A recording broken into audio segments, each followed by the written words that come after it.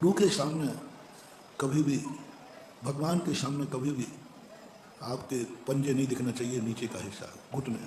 कुर्सी पर आपको पैर लटका के बैठना पड़ेगा, पैर लटका करके आपको बैठना पड़ेगा। और जो भगवान और गुरु के सामने पैर लटका के बैठता है, जिंदगी में कितना भी धर्म कर ले, पुण्य कर ले, उसका पुण्य वहीं नष्ट हो जाता है और आगे जाकर के वह जन्म से ही पोलियो होगा, उसका जन्म से ही पैरों से रहित होगा, क्योंकि वो पैर लटका कर बैठा था भगवान के सामने, गुरु के सामने। तो ये गलती सारे भारत के लोग सुनना, बार बार नहीं कहना पड़े, हर बार कहना ना पड़े, ये टेप रख लेना और इसको सुरक्षित करना। पैर लटका के आपको बैठोगे, आपका पैर सामने होगा, आपका अभिनय किया जाता है। विकलांग ही एक कारण है इसका, मतलब विकलांग ही होना है। तीसरा नुकसान है, जब आप कुर्सी पर बैठते हैं तो आपका समर्पण, विनय पूर्णता खत्म है। वो विद्या ददाति विनयम, विद्या विनय से प्राप्त होती है, और कुर्सी पर बैठने वाला विनयशील हो ही नहीं सकता। ये तीन कारण आपके पुण्य के क्षय के कारण होते हैं। इसलिए जो अभी डॉक्टर के द्वारा मना नहीं किया गया है, कम से कम भी तो कुर्सी पे कभी धर्म सभा में बैठेंगे। इनमें कितने लोग हैं जो डॉक्टर के द्वारा मना ही नहीं किया।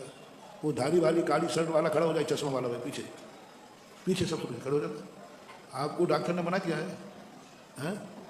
तो फिर कैसे बैठे? क्यों जिंदगी खराब कर रहे हो अपनी?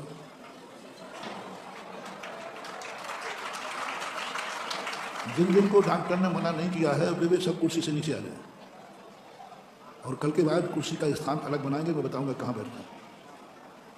क्यों जिंदगी खराब करें? महिलाओं में भी जिनको डॉक्टर ने मना नहीं किया है, वे तुम्हारे हित के लिए बोल रहा हूँ।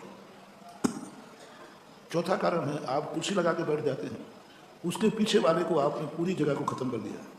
कितना अंतराय है। जैसे देखो, ये दो महिलाएं सामने बैठी हैं, अब तुम जितना प्रवचन में पुण्य नहीं कमाओगे, उसके पीछे की जगह जितनी खाली पड़ी है, उतने लोगों का अंतराय कर्म तुम्हें बंधेगा। भले कोई बैठा नहीं हो तो भी नहीं, कोई फर्क नहीं पड़ता। यदि आप बैठे नहीं हैं, कोई पीछे नहीं बैठा है, तो भी आपने उतनी जगह को कवर किया है, तो उतना अंतराय कर्म तो आपको बंधेगा ही बंधेगा। यानी पुण्य कमा रहे हो 4 पैसे का, और 16 पैसे का आप अपना नुकसान कर रहे हैं। और ये भूल प्राय सभी करते, कुर्सी डाल के बीच में बैठ जाते। तीसरा, ये जो कूलर तुमने क्यों लगाए हैं कुर्सी पर बैठने वाले को कि सारी पब्लिक को? और वो पट्टा, वो महिला दादी कुर्सी के बिल्कुल ठीक कूलर के सामने बैठ जाएगी, बिल्कुल ठीक, जैसे उसके बाप की पपोती हो। कितना बड़ा अंतराय का मादा है ना। वो हवा तुम्हारे पूरे पंडाल में 100 लोगों के पास जाना थी, और वो कूलर के सामने बैठ गई। अब उसको एक ऐसी गर्मी की बीमारी होगी कि वो टंकी भर पानी पी ले तो भी उसकी बीमारी दूर नहीं है। उसका पित्त बढ़ेगा, कितनी शांति करे, उसका पित्त बढ़ेगा, दिमाग बढ़ेगा, क्योंकि उसने एक बार 100 लोग तो आ जाते हैं उस टाइम में, एक कूलर के सामने 100 लोग आ जाएंगे नहीं, तो जी 100 लोगों की हवा उसने खाई थी। ये अंतराय कर्म, ये भूल होने कारण से तुम निधत निकाचित कर्म बंद करते हो, रोते हुए मेरे पास आते। अभी भी उन दोनों महिलाओं ने सुना नहीं है,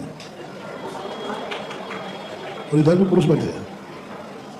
तो इनकी एक व्यवस्था। अब मैं बताता हूँ कुर्सी टेबल क्या हो। सबसे बड़ा भारत देश नकल तो करता है, लेकिन अकल नहीं होती। इतने गंदे कार्य हैं भारत देश में, इसलिए भारत देश को लोगों ने ये कहा है। एक विदेशी व्यक्ति भारत घूम के गया, उसने कहा अभी तक मैं भगवान को नहीं मानता था, लेकिन भगवान जरूर है, क्योंकि भारत देश कैसे चल रहा है, ना कोई सिस्टम है वहाँ, ना कोई व्यवस्था है वहाँ, फिर भी भारत देश, इसलिए लगता है कि भगवान भरोसे भारत देश चल रहा है। कल का जुलूस यदि कोई विदेशी देख ले तो वो यही कहेगा कि भगवान महाराज भी सुरक्षित है ना, भगवान भरोसे है, नहीं तो नहीं है। मतलब घटना मुक्ति जो हो रही थी वो देखते थे। तो ये स्थिति बनाई है। गाड़ी का उदाहरण दे रहा हूँ, आप लोगों को मोटरसाइकिल बनाई गई थी पुरुषों को, और स्कूटर बना था महिलाओं के लिए, क्योंकि इनकी जो साड़ी आदि जो व्यवस्था होती है वो मोटरसाइकिल में उतना सेफ नहीं बन सकती। स्कूटर लेडीज गाड़ी थी, मोटरसाइकिल आपके जेंट्स की गाड़ी थी, तो स्कूटर कितने कब्जे कवर कर लिया। तो जो स्कूटर पर बैठ रहे हैं या तो पहले लेडीज थे, या अब आइए कुर्सी टेबल की बात करता हूँ। कुर्सी और जो टेबल है आपकी, इनके साथ कुर्सी टेबल का पेयर है। कुर्सी टेबल का जो पेयर है, और उन ठंडे स्थानों में, बगीचों में, गार्डनों में प्लास्टिक की कुर्सी, जहाँ गार्डन में वह फिट होती है। आप ऐसे तो कई बार कुर्सी फैल जाती है, टूट जाती है। टेबल के साथ होना चाहिए। कुर्सी और टेबल का एक ऐसा गठबंधन है कि कुर्सी टेबल हो और कुर्सी के सामने क्लॉथ हो, टेबल क्लॉथ, टेबल बिछाना, जिसके कारण से आपके पैर कभी महाराज को या भगवान को नहीं दिखेंगे।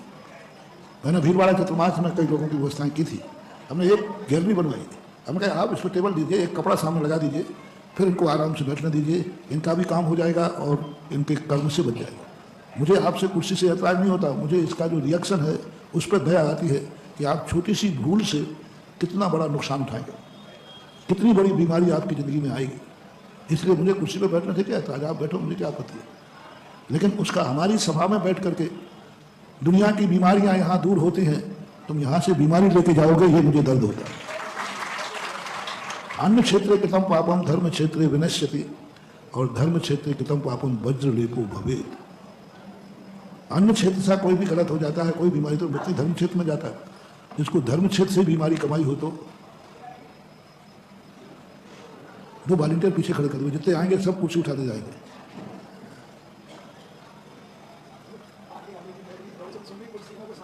मैं कह रहा हूं दो वॉलंटियर पीछे खड़े कर दो। तो ऐसी स्थिति को लेकर, हालांकि मैं इतना बोल गया, आपने मेरा 20 मिनट खराब किया, प्रभाव कुछ भी नहीं पड़ने वाला। शाम को फिर वही होगा, सुबह में वही होगा। उल्टे खड़े, चिकने खड़े नहीं है, उल्टे खड़े हैं। चिकने खड़े में तो फिर भी पानी थोड़ा बहुत है, लेकिन उल्टे खड़े में कुछ ठहरने वाला नहीं है। फिर भी मेरा कर्तव्य था कि मैं आपको आगाज करूं। अब मेरी गलती नहीं मानी जाएगी, आपका कर्म आप जाने। तो हम एक सृष्टि की बात कर रहे थे। सृष्टि ना अच्छी है ना बुरी है, ना शाश्वत है ना अविनाशी है, ना विचार है ना आचार है। किसी की दृष्टि और सृष्टि से कोई संबंध नहीं होता है। सृष्टि एक वो वस्तु है जिसमें विनाश भी है, जिसमें अविनाश भी है। दो चीजें आती हैं, एक सत्य असत्य। जैन दर्शन की एक असाधारण खोज है जो किसी दर्शन में देखने में नहीं आएगी। उन्होंने सत्य असत्य और एक तीसरा खोजे, सत्य और असत्य। ये तीन चीजें सारी दुनिया ने खोजी, हर दर्शनकार ने खोजी, और हर व्यक्ति जानता है एक सत्य है एक असत्य है, और दो को मिला दो तो सत्य और असत्य। खिचड़ी है, चावल है, दाल है, दोनों को मिला दो तो चावल दाल है। भगवान महावीर स्वामी की एक असाधारण खोज जो विश्व के किसी दर्शनकार ने नहीं खोजा, किसी भी दर्शनकार की स्थिति मिली अनुभव है। सत्य असत्य उभय और एक अनुभव होता है। उभय क्या कहलाता है? जो सत्य और असत्य दोनों का मिला हुआ हो। अनुभव कहलाता है ना सत्य है ना असत्य है।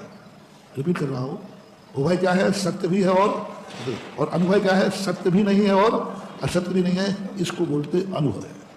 अनुभव मनोयोग, अनुभव वचन योग, ये दो खोज जैन दर्शन की एक ऐसी असाधारण खोज है जिससे सृष्टि का सारा रहस्य उजागर होता है। जैसे विश्व ने कितने भी आविष्कार कर लिए हो, आज विश्व भले चंद्रमा पर पहुंच रहा है, लेकिन चंद्रमा पर पहुंचने का मूल सूत्र भारत ने दिया था, जिसका नाम था दशमलव। दशमलव जानते? पॉइंट 2.5, यानी बीच में जो पॉइंट आया है, ये भारत की खोज थी। यदि ये दशमलव नहीं खोजा जाता तो आज विज्ञान चंद्रमा पर, विज्ञान अंतरिक्ष पर, विज्ञान इतना आविष्कार नहीं कर पाता। कहने को एक बिंदी मात्र है, लेकिन उसकी जो उपयोगिता खोजी है दशमलव के रूप में, ये दशमलव भारत के वैज्ञानिक की खोज है, सारा विश्व मानता है। सारे विश्व का वैज्ञान कहते हैं यदि दशमलव की खोज नहीं होती तो आज विज्ञान इतने आगे नहीं बढ़ पाता। फर्क इतना है कि भारत देश खोज तो लेता है लेकिन उसको डेवलप नहीं कर पाता। भारत देश के पास सारे जगत की, विज्ञान की, धर्म की नर्सरी है, लेकिन वो नर्सरी को बगीचा नहीं बना पाता। नर्सरी कहाँ है? हर विज्ञान के सूत्र की खोज भारत से हुई। सभ्यता सबसे पहले भारत में आई। विज्ञान को अनुसार बोल रहा हूं, धर्म के अनुसार नहीं। विज्ञान सबसे पहले कहता है कि यदि सभ्यता कहीं किसी देश में आई थी तो सबसे पहले भारत में आई थी। विदेशों में तो आप जी सभ्यता का नाम नहीं है। जितने रिलेशनशिप आए वे भारत में आए, जितने संबंध आए माता पिता के, भाई बहन के, जो भी संबंध, ये सभ्यता कहलाती है, ये भारत में आए। विज्ञान के अनुसार सबसे पहले विवाह पद्धति आई, भारत में आई, विदेशों में नहीं। विदेशों में तो पशु प्रवृत्ति थी, जैसे पशुओं के संबंध होते हैं ऐसे उनके थे, लेकिन सबसे पहले विवाह पद्धति भारत देश की थी। ये सभ्यता कहलाती। परिवार की योजना जो बनाई गई, परिवार, एक परिवार कौन कौन होता है, ये भारत से हुई। रिलेशनशिप भारत से हुई। जितने भी धार्मिक संबंध हुए सब भारत से हुए, जिसको नाम दिया विज्ञान ने सभ्यता। वो सत्य नहीं कह सकते, सत्य वो कह नहीं सकते क्योंकि धर्म को वो मानते नहीं। तो उन्होंने दिया कि भारत में सबसे पहले सभ्यता आई। भारत में सबसे पहले हर सूत्र की नर्सरी। आज विश्व के पास जो भी दिमाग है जो भारत के। अमेरिका ने तो घोषणा कर दी है कि यदि यही हाल रहा तो एक दिन अमेरिका भारत के माइंड से चलेगा, भारत का ही सर्वस्व होगा। क्योंकि भारत के बाद वो दिमाग है, लेकिन दुर्भाग्य है हमारा कि हम अपनी शक्ति को नर्सरी तक तो बना पाते हैं, बगीचा नहीं बना पाते, उसको डेवलप नहीं कर पाते। उसका एक रूप दशमलव तो बना दिया, लेकिन दशमलव के माध्यम से हम अंतरिक्ष में सबसे पहले नहीं पहुंच पाए। अंतरिक्ष में सबसे पहले दूसरा देश पहुंच गया, खोज हमारी थी।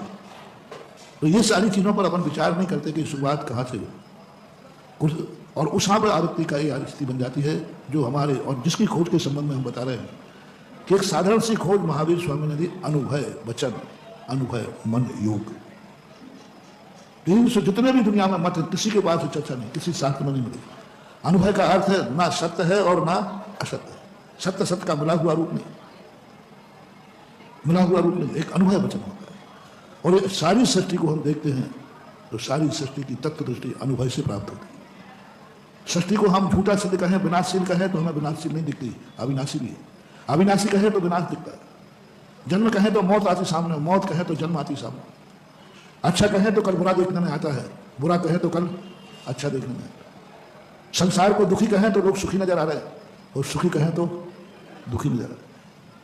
कोई भी व्यक्ति आज तक इस सृष्टि का रहस्य नहीं खोल पाया। महावीर स्वामी ने एक शब्द देकर के अनुभव, और अनुभव के माध्यम से ने कहा तुम सृष्टि को ना तो सत्य मानो ना असत्य मानो, ना विनाशशील मानो ना अविनाशी मानो। न सृष्टि अच्छी है और न सृष्टि बुरी है, बस तुम्हारी दृष्टि अच्छी है, तुम्हारी दृष्टि बुरी है, सृष्टि तो सृष्टि है।